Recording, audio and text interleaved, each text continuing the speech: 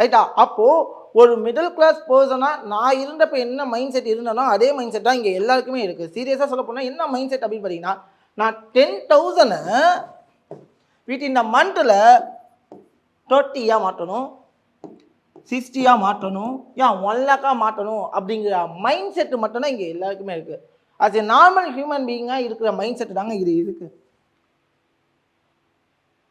இந்த மைண்ட் செட்டை இருக்கும்போது நீங்கள் பிஸ்னஸ் மேனாக இருப்பீங்கன்னு நினச்சா சத்தியமாக கிடையாது.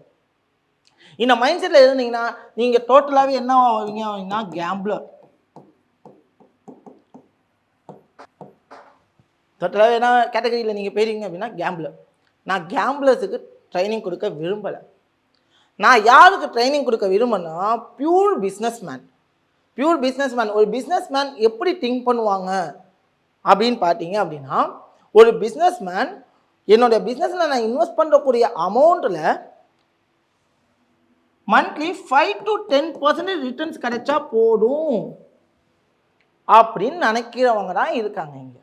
ஒரு பிஸ்னஸ் மேன் எப்படி நினைப்பாங்க அப்படின்னா 5 to 10% எனக்கு ரிட்டர்ன்ஸ் வந்தால் போதும் மாதம். Yearly 60 to